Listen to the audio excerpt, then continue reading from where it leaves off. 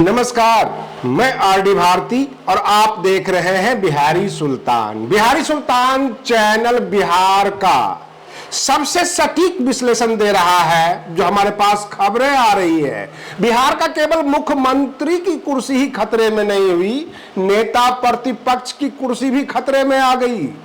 तेजस्वी यादव नेता प्रतिपक्ष हुआ करते थे, लेकिन कानूनी रूप से अब वह राह नहीं पाएंगे। हाँ, अगर एनडीए उनके ऊपर मेहरबानी कर दे, जैसे कि 2019 में कांग्रेस के ऊपर भाजपा ने मेहरबानी किया था और तब जाकर एक नेता प्रतिपक्ष बनाया गया था मल्लिकार्जुन खड़गे, जब उस वक्त कांग्रेस के वो नेता प्रतिपक्ष बने थे।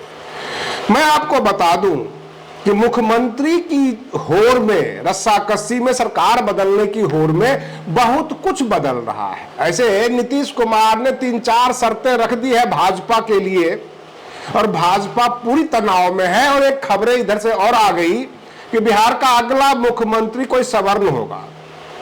ये और चौंकाने वाली खबर थी और मैं पहले ही अपने वीडियो में साफ कर चुका था अपने दर्शकों को कि जो रेस में होता है उसका नाम नहीं होता। भाजपा चौंकाने वाला काम करती है, तो अभी क्लियर नहीं है कि वो सवर्ण मुख्यमंत्री है कौन। लेकिन मैं कुछ आपको कानूनी दांवपेच बता देता हूं कि नेता प्रतिपक्ष रहने के लिए सदन में जितनी संख्या होती है, जैसे हमारे देश की पार्लियामेंट में 543 सांसदों की संख्या है, 543 सीट है। और इस हिसाब से जो विपक्ष का कोई भी पार्टी जिसके पास 55 सांसद होगा, वे नेता प्रतिपक्ष के लिए अपना जो है आवेदन कर सकते हैं, उनको नामांकित किया जा सकता है। लेकिन 2019 में कांग्रेस के पास 49 ही सांसद जीत पाए थे, इसलिए नेता प्रतिपक्ष नहीं बन पाए। कारण कि जो भी सदन का सदस्य की संख्या है उसका 10% चाहिए। तो बिहार में 243 सीट वाली असेंबली है और 243 का कम से कम 10%, तो 25 विधायक होना चाहिए और 25 विधायक है भी राजद के पास।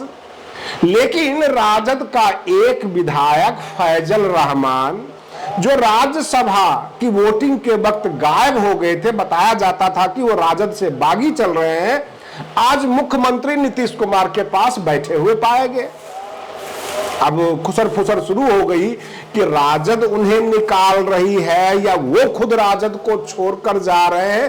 दोनों हालात में राजद का तो बंटाधार हो ही जाएगा, कहने का मतलब 25 से 24 हो जाएगा और 240 का 10% 24 विधायक होता है।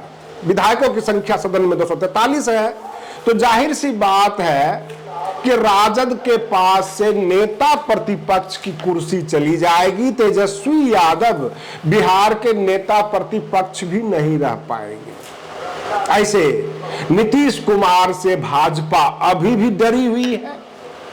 डर इस बात का है कहीं तेजस्वी यादव बाकी 24 विधायकों को लेके अगर जदयू में आ जाते हैं, बाकी और भी विपक्ष के नेता आ जाते हैं, तो फिर भाजपा की जरूरत कहां है। और नीतीश कुमार जो शर्त रख रहे हैं उसमें पहला शर्त यह है कि मुख्यमंत्री बनेगा कौन, पहले ये बताओ, उसके बाद इस्तीफा दूंगा। दूसरा शर्त है कि गृह मंत्रालय तो जदयू के पास ही रहेगा, भाजपा को नहीं जाएगा। तीसरा शर्त है कि विधानसभा का जो स्पीकर होगा वो जदयू का होगा। फिलहाल मैं बता दूं दर्शकों को, तो भाजपा का है, प्रेम कुमार है भाजपा के। तो कहने का मतलब कि विधानसभा का स्पीकर जदयू का होगा। और चौथी जो शर्त है वह भी बड़ी अजीबोगरीब है।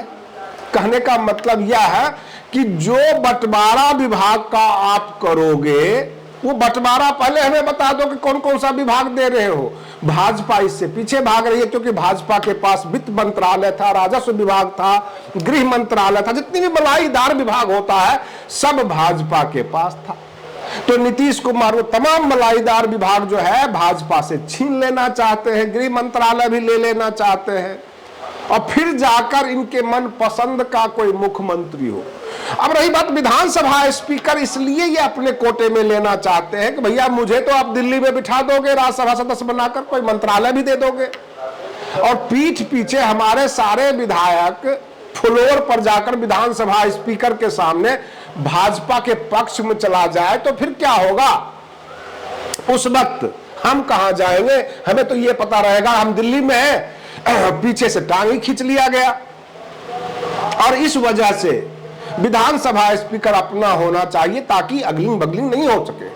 मैं आपको बता दूं कि जिसकी केंद्र में सरकार होती है उनको अपना बिठाया हुआ गवर्नर होता है, और गवर्नर केंद्र सरकार के हिसाब से काम करती है, वहां से सारे इशारे होते हैं, चलती है। तो कई बार क्या होता है कि केंद्र में अगर विपक्ष की सत्ता है, जैसे कि मान लीजिए कि भाजपा की सत्ता अभी केंद्र में है और पश्चिम बंगाल में 2, 4, 5 सीटें कम आए बहुमत प्राप्त करने से, और गवर्नर होगा भाजपा का पश्चिम बंगाल में, तो वो खेला कर सकता है, वो डिले कर सकता है, चिट्ठियां नहीं लेगा, कई बार लौटा देगा, बहुत सारा खेल होता है गवर्नर हाउस में, और लोग सरकार नहीं बनने देते हैं। ये तो गवर्नर हाउस का खेल है। विधानसभा का जो स्पीकर होता है वो तो हाथों हाथ वोटिंग करा देगा, फ्लोर पे ही घुमा देगा। अगर 123 विधायकों की संख्या किसी दल को चाहिए और 95 विधायक भाजपा के पास है ही, अगर विधानसभा स्पीकर भी भाजपा का ही हुआ और नीतीश कुमार दिल्ली में बैठे पाए गए, बिल्कुल मस्ती में है, अपना दिल्ली में मंत्रालय संभाल रहे हैं, इधर पता चला कि इनके 85 के 85 विधायक भाजपा के हो लिए, फ्लोर पर वोटिंग हो गई, परेड करा दिया गया, तब क्या होगा? इन तमाम भविष्य की अटकलों को देखते हुए नीतीश कुमार ये सारी शर्त रख रहे हैं। इसी बीच राजद के जो एक नेता है सुनील सिंह, उन्होंने हंगामा करना शुरू कर दिया कि नीतीश कुमार ने इस्तीफा के ऊपर दस्तखत नहीं किया है, यह फर्जी लेटर है, जो त्याग पत्र है ये फर्जी है, क्योंकि नीतीश कुमार का त्याग पत्र नीतीश कुमार खुद लेके नहीं गए थे। जो विधान परिषद सदस्य के जो अध्यक्ष होते हैं विधान परिषद के, उनके सामने, स्पीकर के सामने खुद नीतीश कुमार नहीं गए थे, बल्कि उनकी चिट्ठी संजय गांधी लेके गए थे जो विधायक हैं। तो सवाल ये उठता है कि जदयू के विधायक हैं, वो लेके गए, तो क्या भाजपा के दबाव में फर्जी लेटर बनाया गया? और अभी तक भाजपा का बयान आया है, लेकिन नीतीश कुमार का कोई बयान इसके ऊपर नहीं आया है। और यहां तक राजद वालों ने कहा है कि हम कोर्ट तक जाएंगे, उसकी जांच करवाएंगे। और रही बात ये कि नियम के मुताबिक जो विधान परिषद के स्पीकर होते हैं, अध्यक्ष होते हैं, उनके सामने ही उनका सदस्य जाकर त्याग पत्र दे, किसी के द्वारा त्याग पत्र नहीं भेजा जाता है। ये कोई राष्ट्रपति या गवर्नर के यहाँ त्याग पत्र नहीं गया है। भाई जिस सदन के आप सदस्य हैं उस सदन के जो अध्यक्ष के सामने खुद जाके त्याग पत्र दीजिए, ऐसा ही नियम है। और ये नियम फॉलो नहीं किया गया है नीतीश कुमार के द्वारा, तो हम इसको फर्जी मानते हैं। उस चिट्ठी पर जो दस्तखत है उसकी जांच करवाएंगे। अब इतना कॉम्प्लिकेटेड मामला हो गया, बिहार की जनता और पटना की राजनीति वहां पोह की स्थिति में है।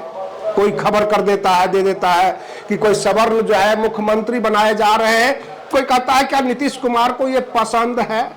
क्या ऐसा कोई चेहरा है जो आधा भाजपा का भी है, आधा जदयू का भी है? तो अगर ऐसा कोई है, ऐसे चेहरे को बिहार का मुख्यमंत्री बनाया जा सकता है, लेकिन अभी ठोक के सम्राट चौधरी के ऊपर मुहर नहीं लगाई गई है। और बिहार के अंदर नेता प्रतिपक्ष की कुर्सी खतरे में, मुख्यमंत्री पद की कुर्सी खतरे में, विधानसभा के स्पीकर पद की कुर्सी खतरे में, सब कुछ खतरे में ही है।